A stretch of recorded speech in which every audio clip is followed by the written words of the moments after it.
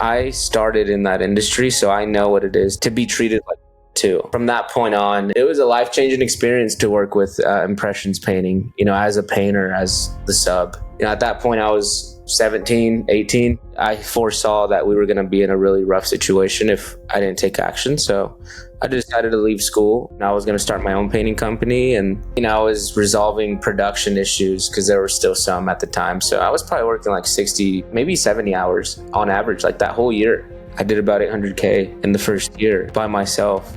Like my whole family's life has changed. The company for me was just a cash cow. Like there's a lot of cash that comes in from it. I sat in the glory, and it's a mistake that I made like 3 years in a row where I underspent in marketing and I totally missed my estimate targets. I had no clue if even things were working or not. Like I didn't know where to look because I didn't have integrity with my numbers. Not knowing anything, I didn't have any serious plans for it. That was a huge failure in my head at the time. I was like depressed. I just let people down because I didn't have integrity. I didn't fulfill my promises to them. I wasn't really supporting people, and that was the pain that I carried for a while that I just didn't want to carry anymore. I need help.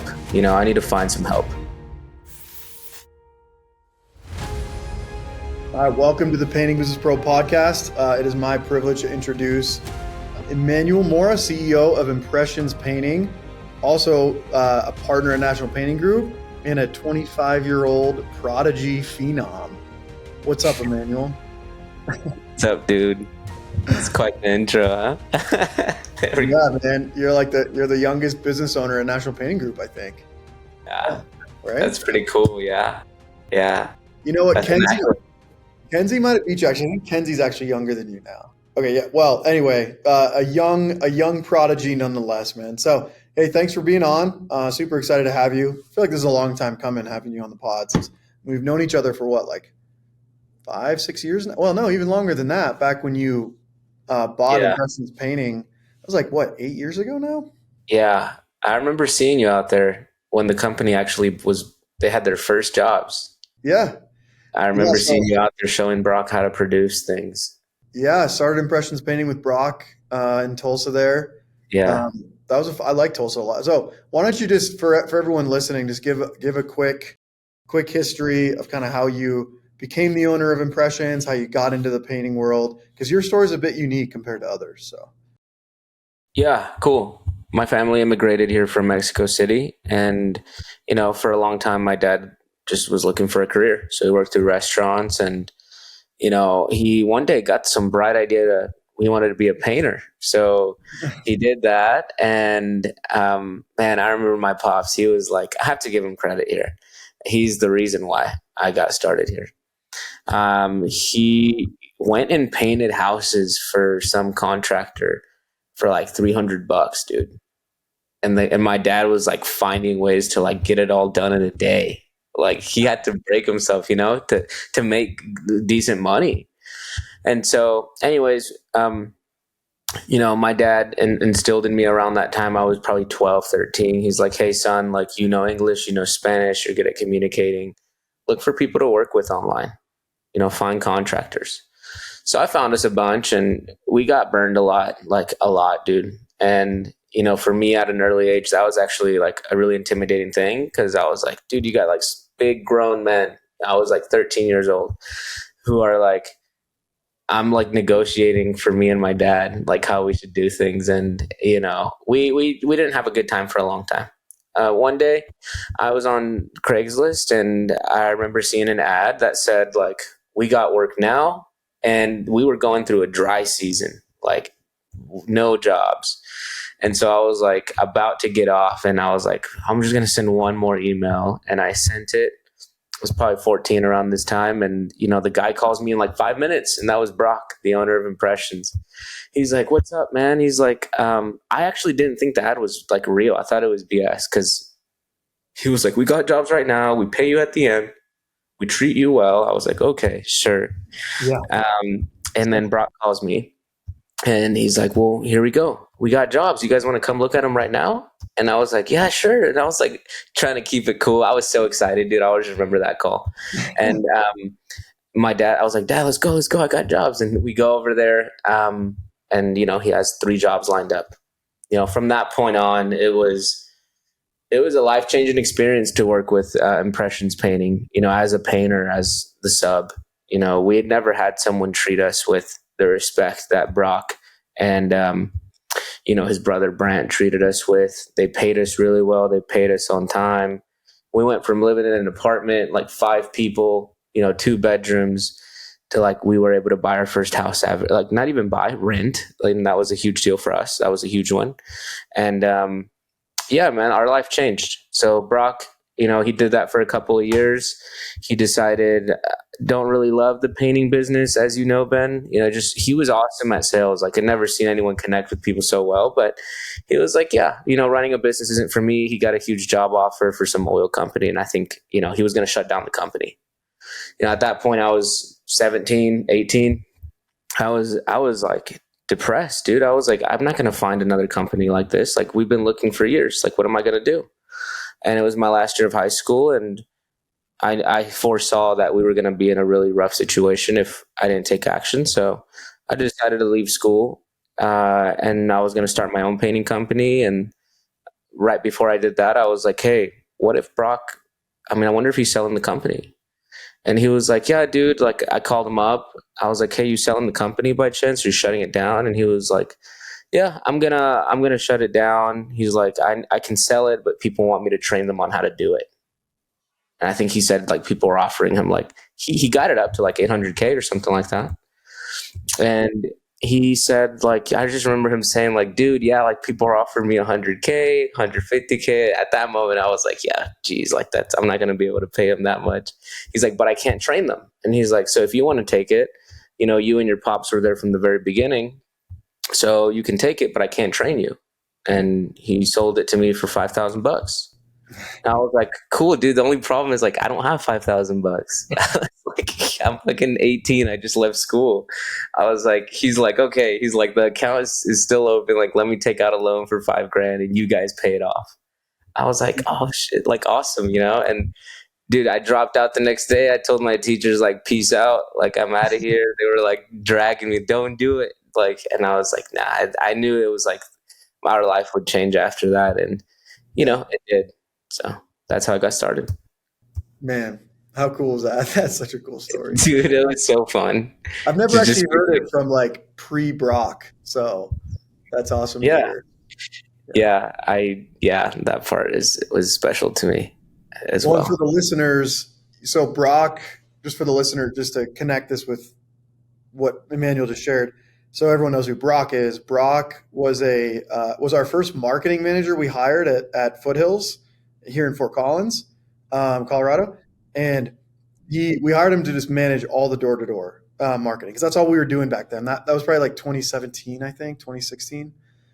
And he did great. He was so good at that. He found these high school kids who had a bunch of other high school kids, and they were getting us just hundreds of leads a week.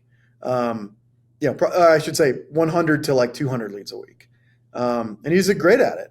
But he was from Tulsa, and he really wanted to move back. And so we said, all right, well, let's start a business in Tulsa. So we started. That's when we had started National Painting Group. We started Impressions Painting with Brock in Tulsa. I flew out there and helped Brock start the company. Obviously hired you, Emmanuel. So that's the other Yeah, side of it. Is it was like Brock's a badass, but he wants to move back home. Okay, let's start a business in Tulsa, and it was going really well, like you said. Really production, and that's a huge credit to you. Was going super well. His marketing was suffering, and he just kind of was like, yeah, just not necessarily like wanting to do the entrepreneur business owner thing. And then, like you said, he got a super awesome offer to like do like oil field sales or something. And he was like, I can't pass this up. Like I'm out. We're like, yeah, well, yeah, all right. And then, yeah, I remember Eric did the negotiation. There wasn't even a negotiation, but I know Eric handled it from there of like, all right, yeah, let's sell it to Emmanuel because he's awesome and he's done a great job and he's run all production. So, yeah. ask for 5K, like whatever. Oh, It doesn't really? even Is matter. that what Eric said? I didn't know that part, dude. I don't know how Yeah, him and Brock like figured that that's out, but it was crazy. like we were just gonna walk away anyway. So it was like, we're not gonna try to bully you into like 50K. What it was Yeah, probably worth 50 or 60K at the time. yeah, It was like there was no with painting businesses. There's not the owner operator matters so much, right? Like the person yeah, managing it. Like there's not a lot proprietary to a painting business. So it was like, all right, Exactly. give it to this kid. He's doing great. Whatever. See you later. Yeah. Then what, like 3 years after that, 4 years after that, you came to a painting business. Tell us the story from like how you became an NPG partner, just to kind of close this loop. Okay. Well, I'll just start from where I left off. Okay. So, I started the business. I dropped out of high school, and I was like, cool. So now what do I do? Because I had no clue what to do. He's just like, there's some SOPs in the drive. He's like, check. I was like, okay, cool. And then I was like, where are the leads at? Who do I call? And he's like, here's the spreadsheet with all the leads. And so I just started beating up the leads, and I found an SOP about door-to-door marketing. So just hit up my friends who wants to knock on doors. I'll pay you guys like $10 an hour or something. And at credit, my sister raised her hand first. She quit on the first day because someone told her to leave the neighborhood. So I was off to it, but it was still so fun, dude. So I did that for the first year. I had a team of just knocked on doors, pure sweat, pure just like energy and sweat poured into it. I had everything. I was 19, unlimited energy, unlimited confidence. I was like, let's go. Yeah. And I had a team knocking on doors. And then I was just selling all the jobs. And after I sold, I would go and knock on doors with the team to train them. So that was like the majority of what I was doing. And then in between, I was resolving production issues because there were still some at the time. So I was probably working like 60, 65, maybe 70 hours on average, like that whole year, So I did that for maybe 2 more years. 2020, I tried to hire a team. And I failed miserably, and I had a lot to learn for a young person in business, and so I was like, cool. That was a huge failure in my head at the time. Like I wanted to, I promised a bunch of things to my company, to my people, to my parents about building a huge company what I had a vision for, and I just wasn't ready to execute at the time. So I was like, cool. I need help. I need to find some help. So I then started looking online, and I remember even before I bought Impressions Painting, I used to watch Eric Barstow's videos. Like he would just put up videos about how to estimate. So I knew about him, and I did that. I remember I just started watching his videos again, and he promoted something about Painting Business Pro. So I joined Painting Business Pro in 2020, and I just kind of half-assed it for a couple of years. And I was like, I was dealing with like, young adult things at the time. The business was just funding my lifestyle, and I didn't have any serious plans for it. Yeah. So I was just showing up to Painting Business Pro to have some sort of coaching.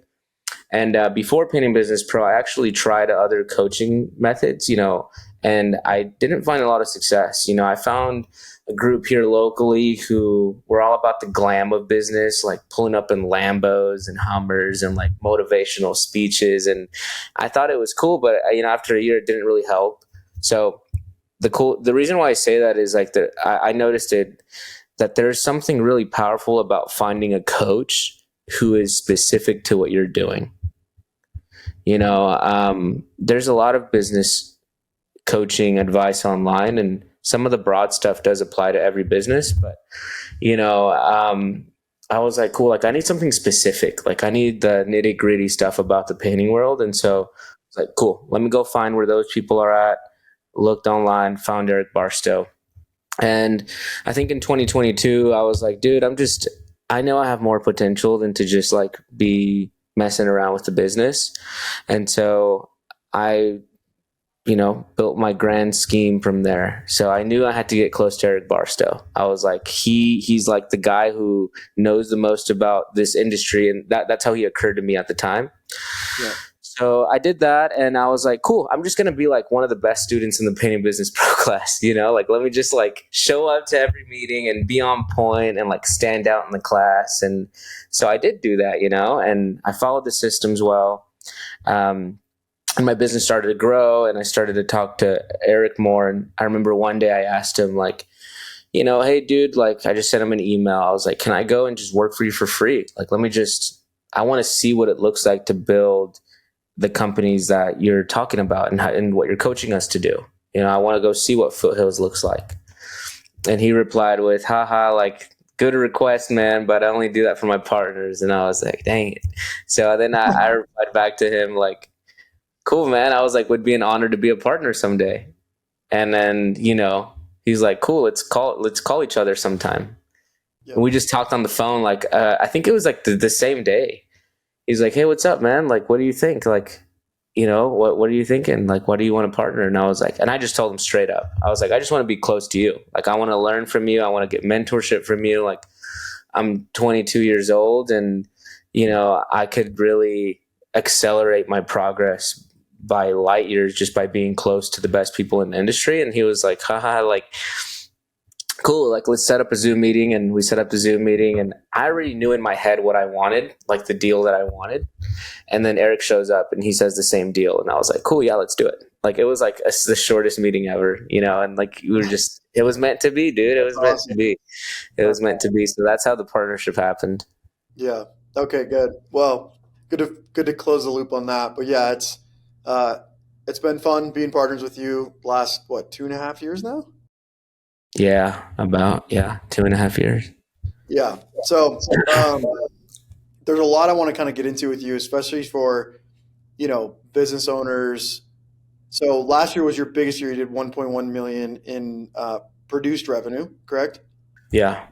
So, but I think for people going from like 0 to 1 million or 0 to 2 million or even like 0 to 500,000, you've had a couple years where it's been like similar revenue, where it's like, man, how come I can't break too far past 1 million? So, Mm-hmm. and then this year we'll get into this year, what you're trending for and all the good things that are happening. But what advice can you give, people that are either in your shoes or like they're just starting their business, right? Kind of that 0 to 1 million range. What Yeah. advice would you give those business owners? Yeah. Yeah, that's a good question. I spent a lot of time in that. I call it the swamp, like the 0 to 1 million, dude, where like you're doing everything, like everything, And so it's just, I think it's probably one of the hardest stages of the business. And that's why there's so many people that can't break through. But the things I struggled with, early on, like really early on, was just like zero vision for the company. Like the company for me was just a cash cow. Like, dude, there's a lot of cash that comes in from it. And we came from the production world, so we knew how to be really efficient. And so we probably had like 40% gross profit, like in the first year. Like it was a really profitable year. Well, what would you say is at the source of, actually, I want to ask you this. What's at the source of the like the plateau, so to speak? I mean, it's a plateau just in the realm of revenue, not so much with, you've increased profit, you've increased efficiency with the business, but what's the Yeah. source of like, because I don't know the exact numbers, but I think it was like 900,000, or no, it's probably 800,000 in 2022, right at 1 million in 2023, and then 1.1 million last year. So, but you were committed to more growth, and it is now where you're headed. But like, what Yeah. was kind of the source of that? The swamp, in the Yeah. swamp of that level. Yeah. Well, look, to begin, like, I'm realizing now that things start with the CEO of the company.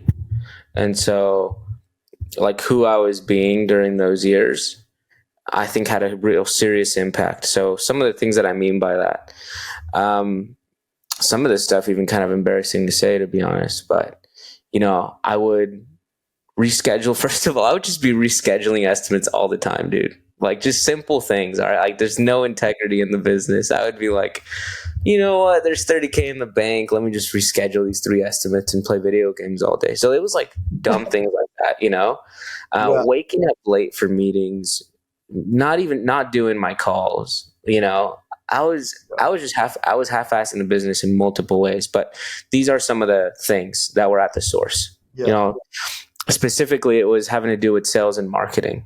If we just want to get even more specific, because my production has always been on point, like that part has always come natural to me because of my background with my dad.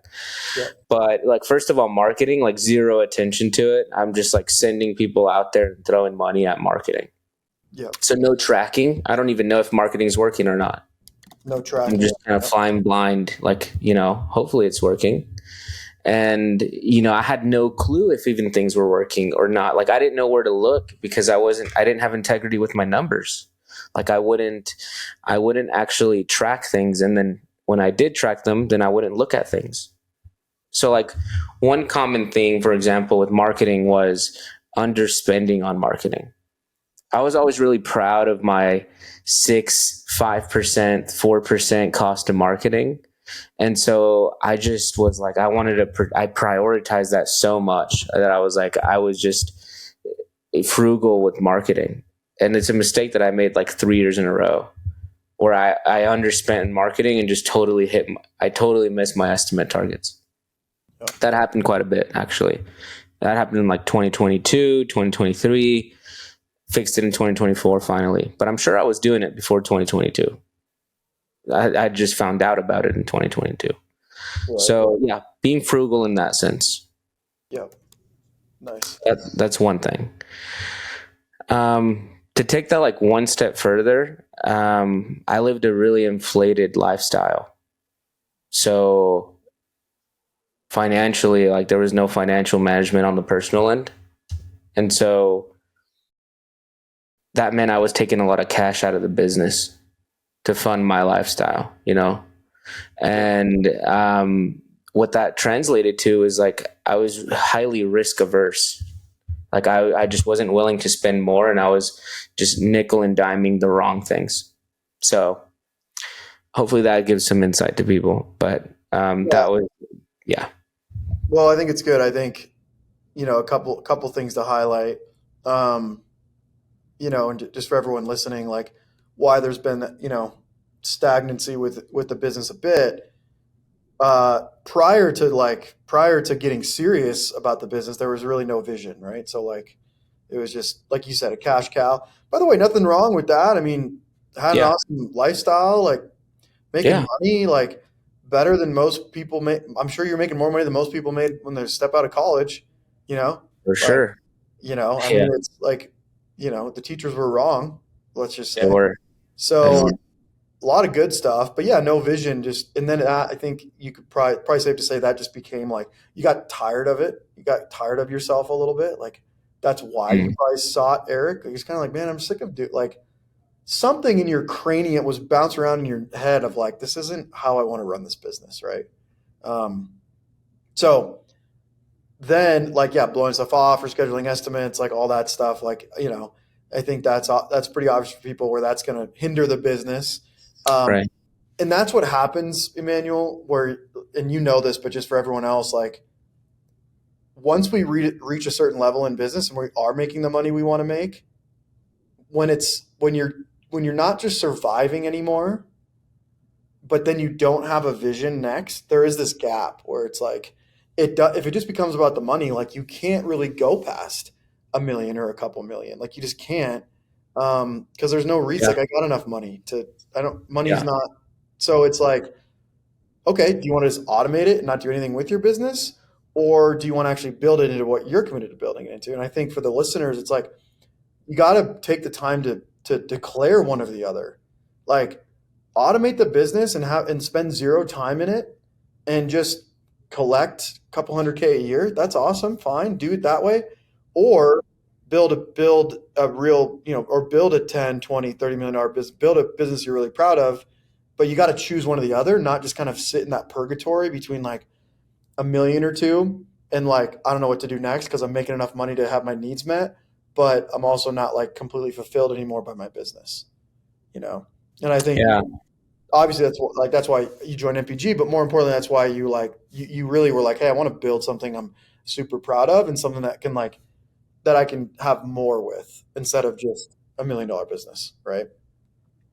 Um, Exactly. Yeah. I actually never shared that thought with anyone about the dangers of good enough.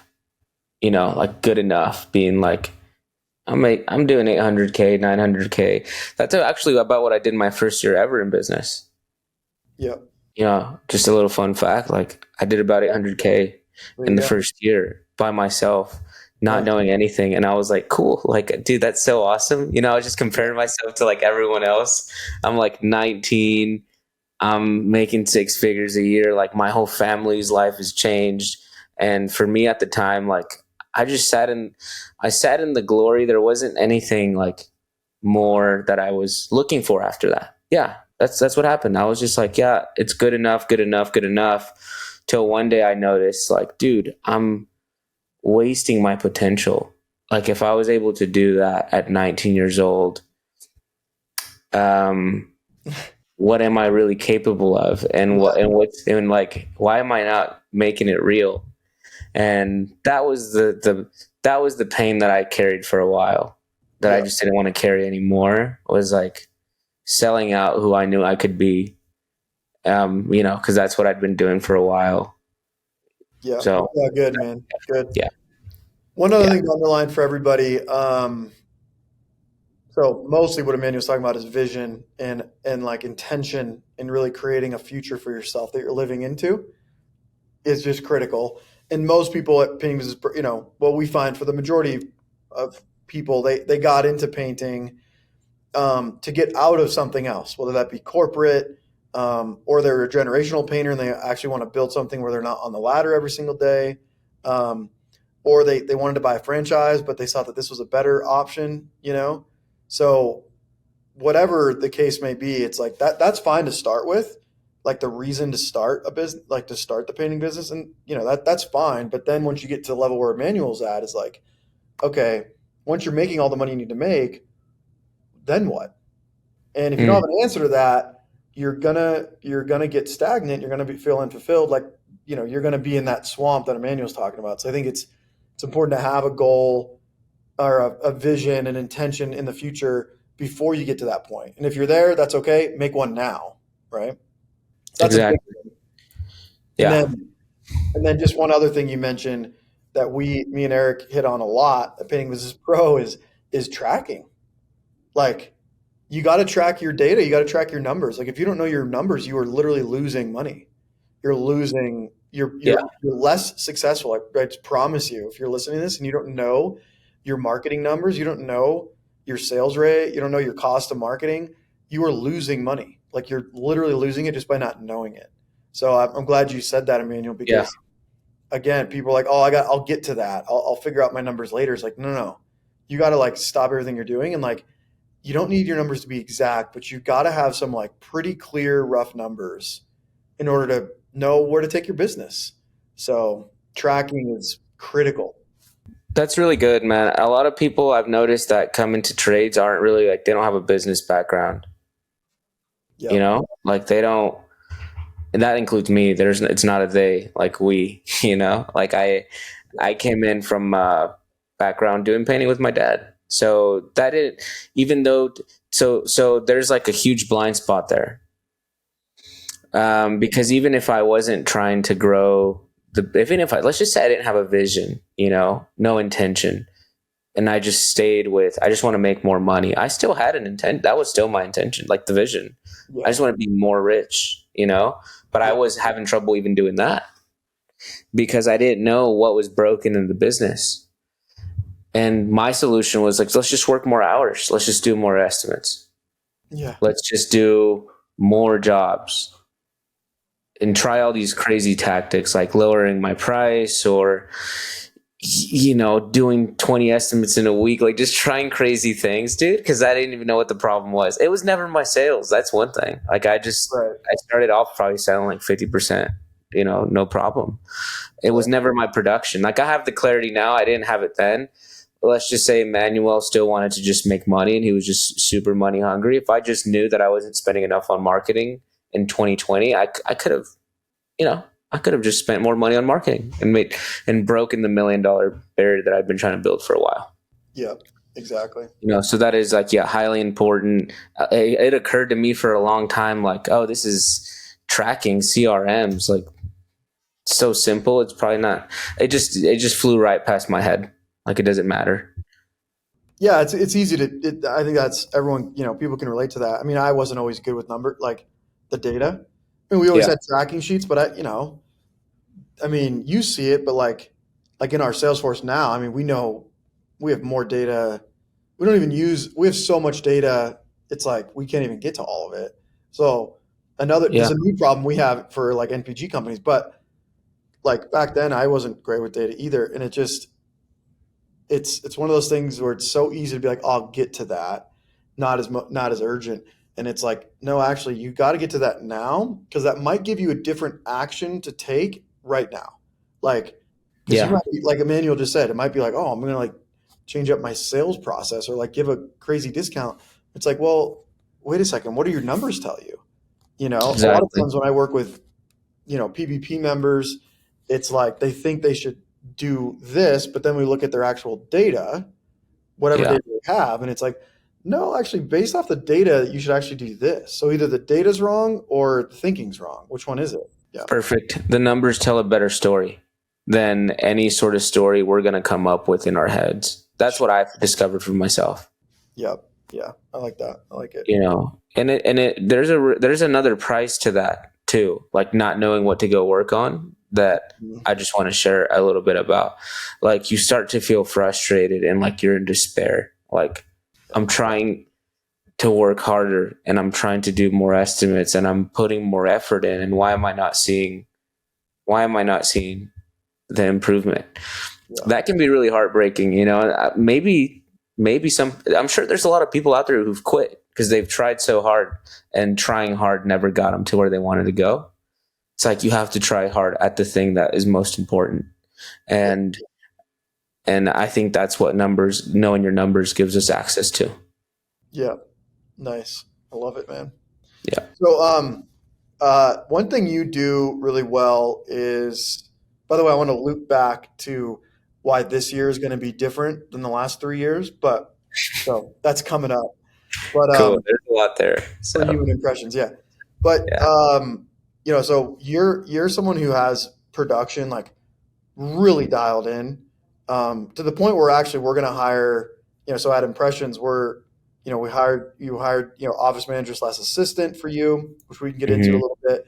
And Yeah. then we're going to actually hire a sales rep as the next hire instead of a PM. So we're actually, because you have production so automated and dialed in. So Yeah. tell us, just for the listeners, especially people who aren't, you came up through that, so you have a lot of the natural abilities. For Mm. those listening that don't have natural abilities, like what knowledge can you impart, what wisdom can you impart for them as far as how to really manage their production like you do? And by the way, for everybody listening, how many crews are you running at one time? Like 4? We're running. We've got 3 crews out in circulation. One of them's big though, like 5 Okay, guys at a time. So got it. So 3 yeah. crews, and your gross profit is like probably even better than 50%, I would assume. I think it's like 55. Yeah, so your gross profit is 55%, and you're trending for like 28% net profit. So super Yeah. profitable, healthy company. So anyway, go ahead. Give us that Yeah. wisdom. Yeah. I'll do my best. If, some of these things are like, because I grew up in that whole environment, I'm noticing like there's like a lack of like clarity around like what I do differently, just because like that's always what I've done. So poke around a little bit if I'm not being clear. Okay, sounds good. Let's see. So, look, one person I have to acknowledge is like, and I want to make this actionable. Not sure how though, but my dad being one of the crews is insane. Like he's the guy who had to figure out how to paint a house in a day, for $300. So I know that his crew is like a huge source of that. And what's And the traits that for everybody else, what are the traits of your dad that has him be, how can everyone else find your dad as like a head sub for them? this dude has like a problem. He wants to get things done perfectly and like with velocity. Like, and sometimes I say it's a problem because like, dude, he takes it to an extreme. Like, like he's like just locked in like no one I've ever seen. So like just that intensity and like care to detail, like those things together. some people just care about the detail and they do it too much. They don't think about velocity. Like my dad thinks about both. And like that's something that he's always like, implementing with his guys. Now, like one other thing is like my dad's always had a bilingual person assisting him, like someone who, you know, my dad's a master craftsman. He's just not very good at like time management and like, some like communicational things because of the language barrier. He's always had someone who can communicate really well Spanish and English. So like that's a huge thing that Yeah. I didn't realize until like I stepped out of it and was like, oh, why is my dad struggling? Oh, he doesn't have someone who can communicate for him. Master foreman, amazing painter, just can't communicate very well and manage like some scheduling stuff. So having someone on the crew who can like just be there instead of a project manager to handle little things is huge. Yeah. So that might already be something you guys discussed, but just to like re-highlight it again, I tried it with and without.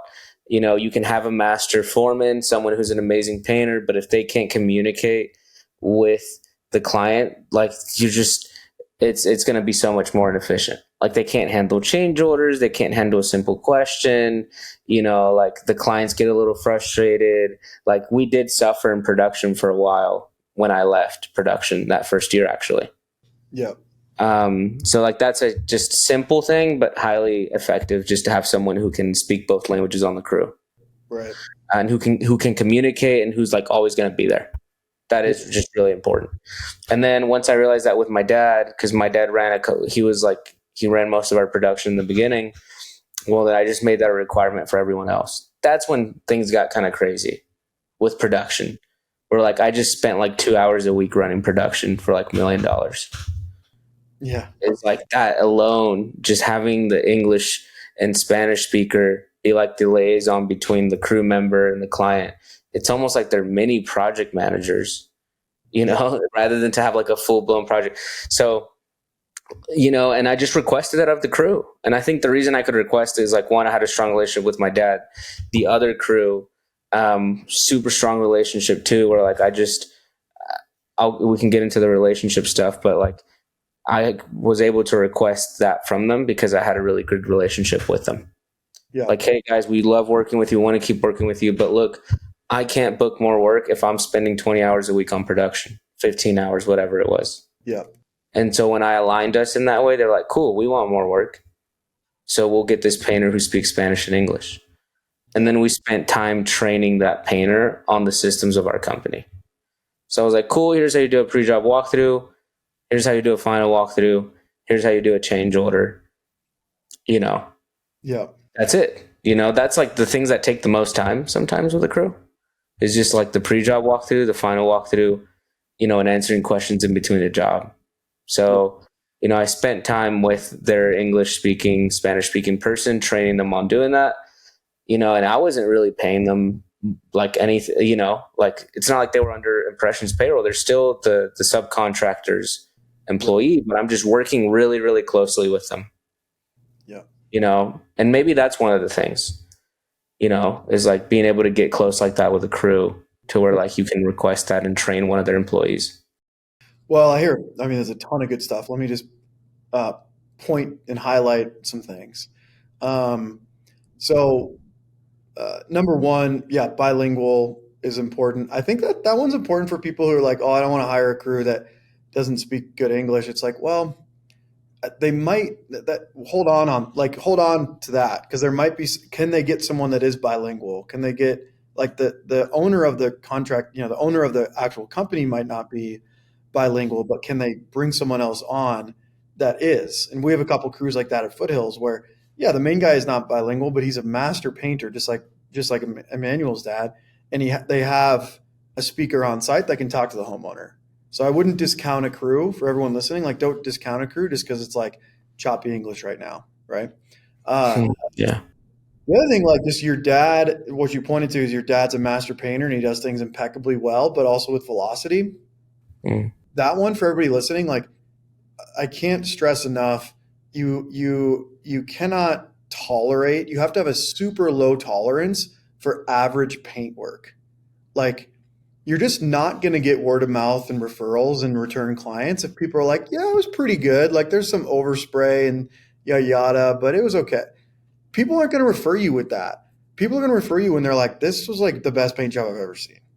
Like, so you can't tolerate average paint work. You just can't, you know? You really can't. Doesn't mean fire someone right now. Doesn't mean go fire all your subs, but it means like you've got to have a really low tolerance for like, hey, jobs have to be like pretty damn impeccable, you know, to build a business. If you want to build a business that's like, you know, the business you probably want to build if you're listening to this, right? Yeah. And then this, I think the third thing that's kind of a few different parts is probably the most important one you said. It, you know, creating a good relationship with your painters, like, you know, it can't be. I don't think that can be understated. Like you've got to, first of all, you got to treat them as humans and as equals. If you're not doing that, start there. But more than that, like actually building good relationships with your painters is critical. Like that's one of the most important partnerships in the whole painting. I mean, you could argue it's the most important partnership. You know, the CEO of your, like you, if you're listening to this, the business owner, and their subs, like the foreman of their subcontracting companies. So that Yeah. one's so important. Go ahead. Yeah, that's huge, dude. That right there, I think it's important that you just highlighted that. That's probably the thing that I haven't really noticed that I do. That's maybe at the source of why all these Yeah, other things I can do in production. it is because you have such a good relationship. You know, Yeah, convenient is your dad, but just that's yeah, for everybody. You don't need to have a dad that paints really well. sure. You know, So I like, mean, it happened with every other crew we've had since then. Like yeah, where there was like a close, intimate relationship. Here's the thing. I think it will get actionable, promise, but I started in that industry, so I know what it is to like be a painter and to be yeah, treated like shit too. That's the part. yeah, Or like I know what it looks like to I know the pain points of these people. yeah, Like they don't get paid on time.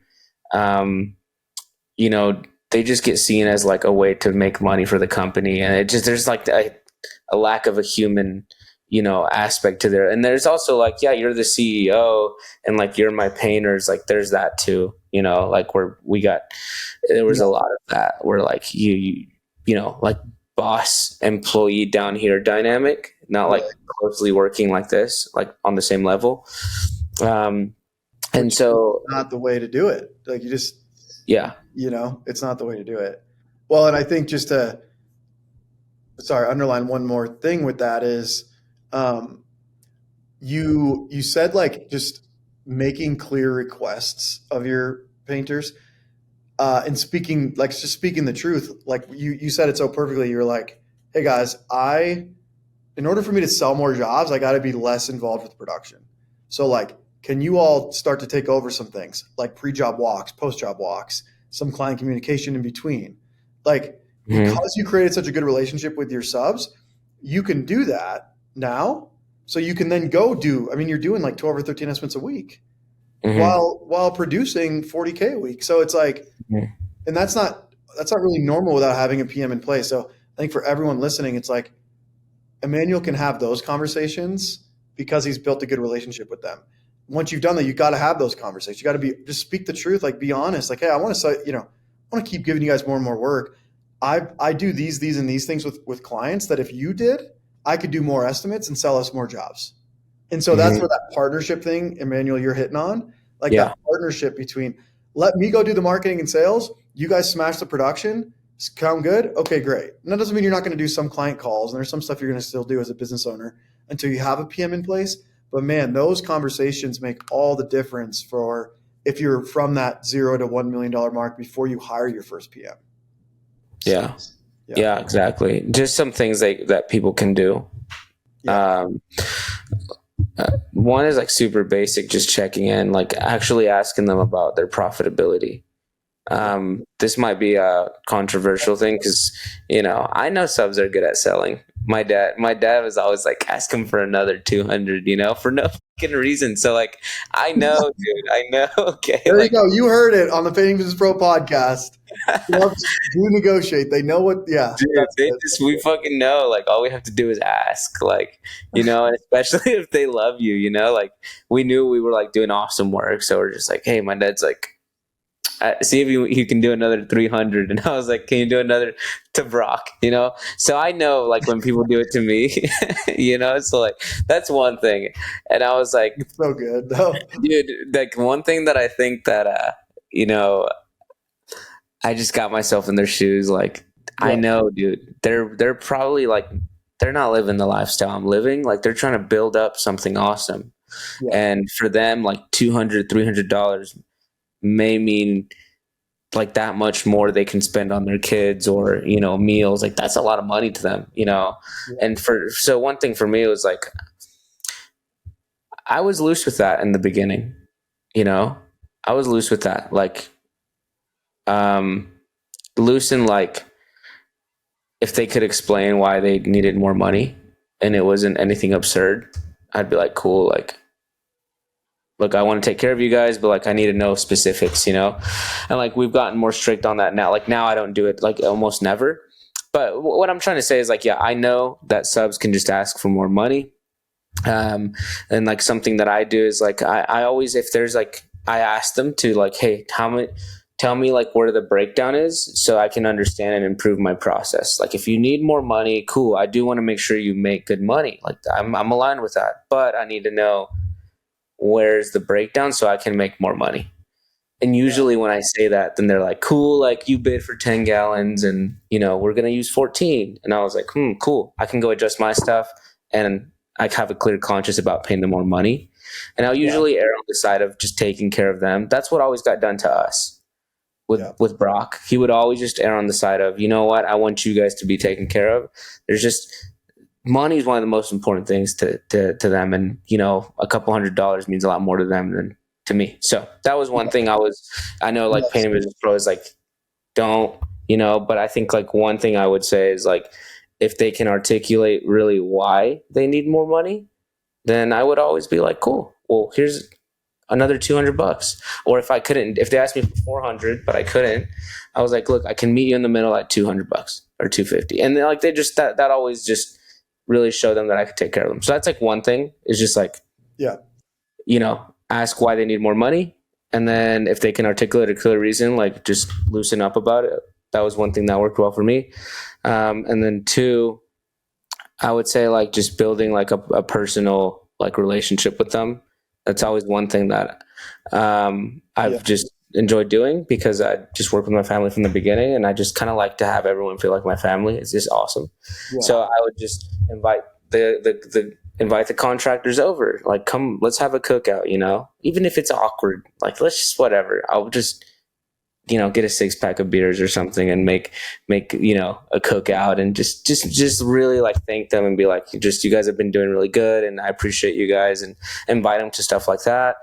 yeah, With my best crew, like my best like crews, I give them like bonuses, dude. Like you guys have been killing it. Like I have had zero complaints from you guys. Like Christmas, here's $1,000 bonus.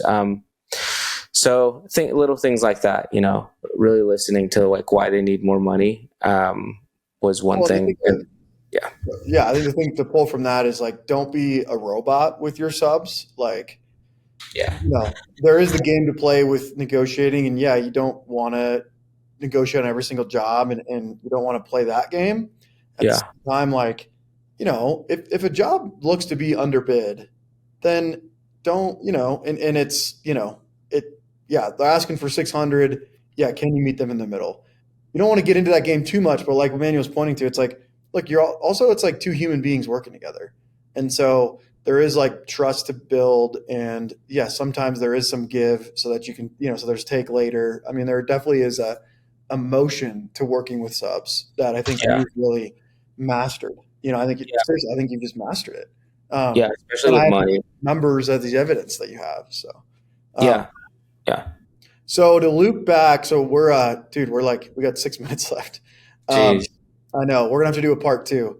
If you guys Okay. want to hear a part two with Emmanuel, definitely say something in the say yes, part two in the comments.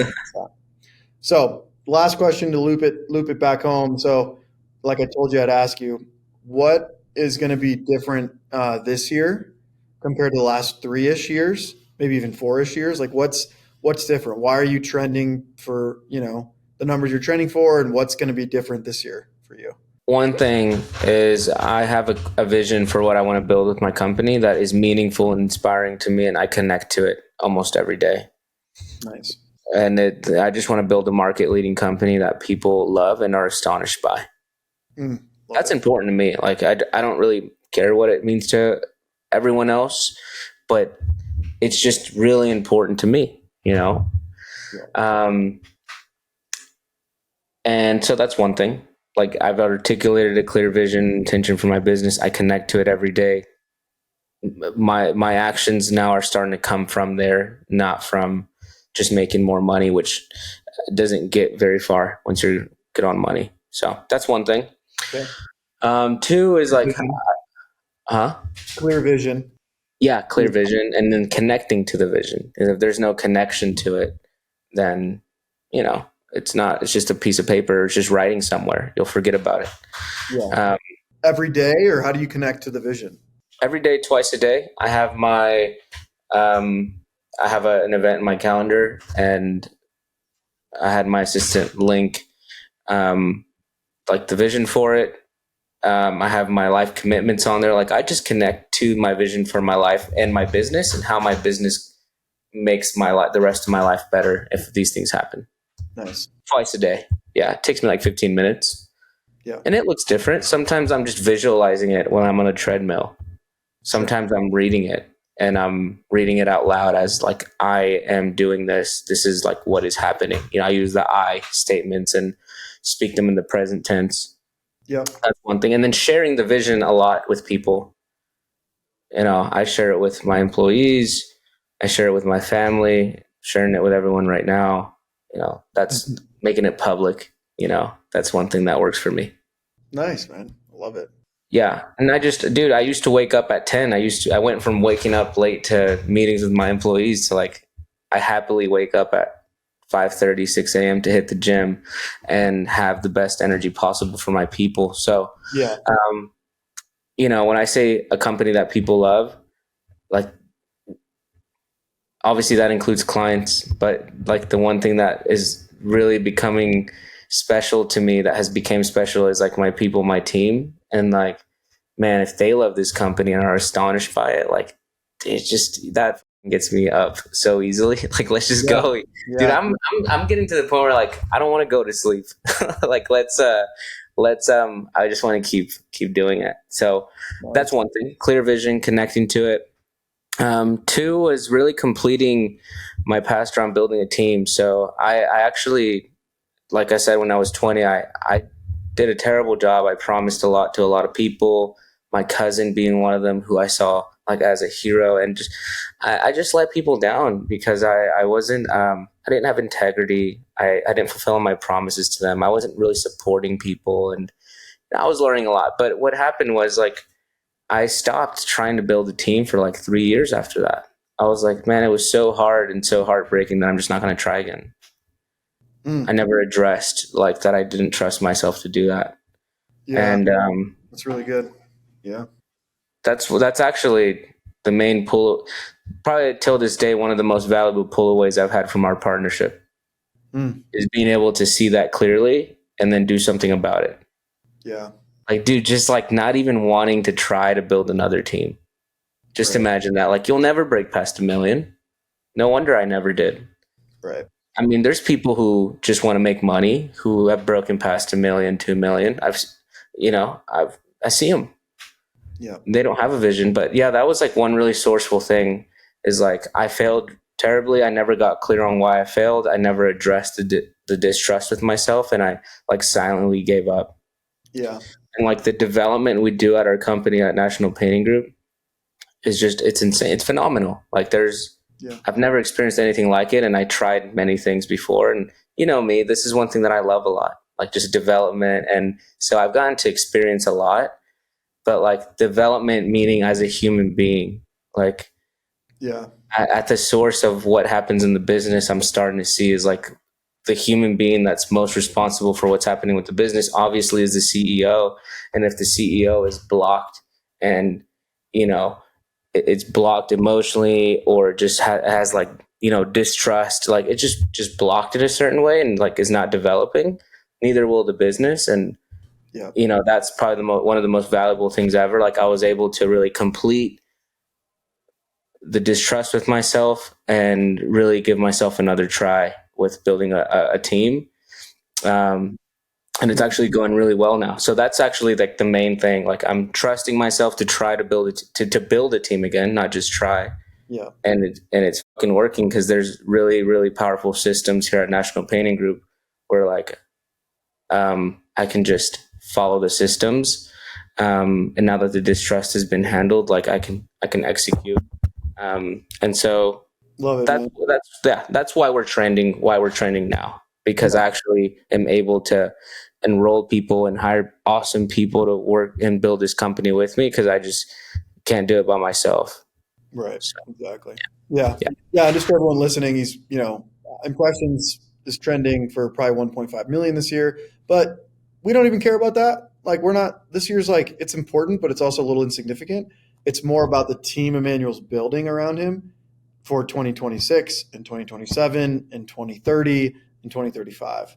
And that's been really the focus is like, we're building the team underneath Emmanuel that's like gonna really have this business take off. The one last thing I'll say that I've noticed, just because I'm work with you kind of closely, is you've taken on your life outside of the business more than I've ever seen. You mentioned like the waking up earlier thing, but like for everyone else, it's so much more than like that's just a piece of like you're taking on your health. You're taking on your health more than you ever have.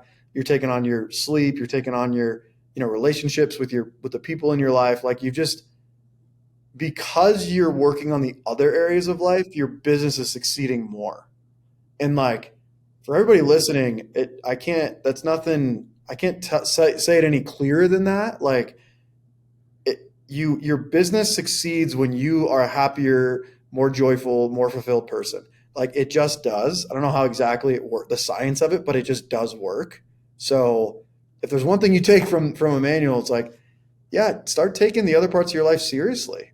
Start really like having a great relationship with your sig other, your kids, your health and exercise, your relationship to yourself.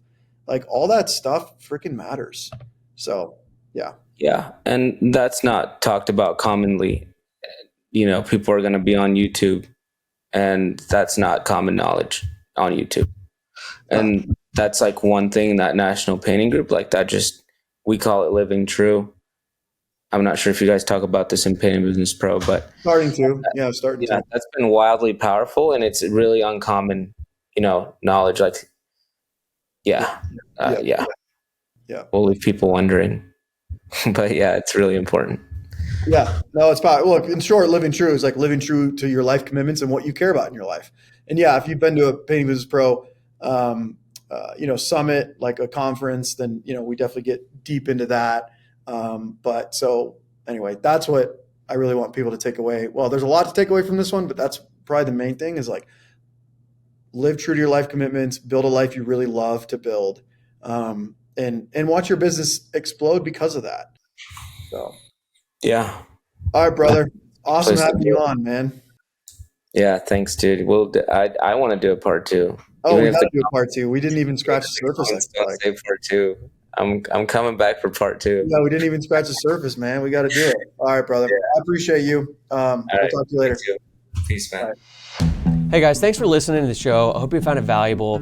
We make these episodes in the show for you, truly. So your feedback is super valuable to us, whether it's, things you liked, things you didn't like, what you want to see more of, what you want to see less of. Any feedback you can give us is going to be super helpful as we continue to evolve and improve the show over time. And if you want a copy of the Fast Growth Roadmap for Painting Contractors, which really simplifies the steps you take to building a business, we've got that resource for free for you. Just check the description or the bio where you're watching or listening to this episode, and you can just click and download that for free, and it should help give you a good roadmap for how to build and scale your business like the people that you're listening to on the show.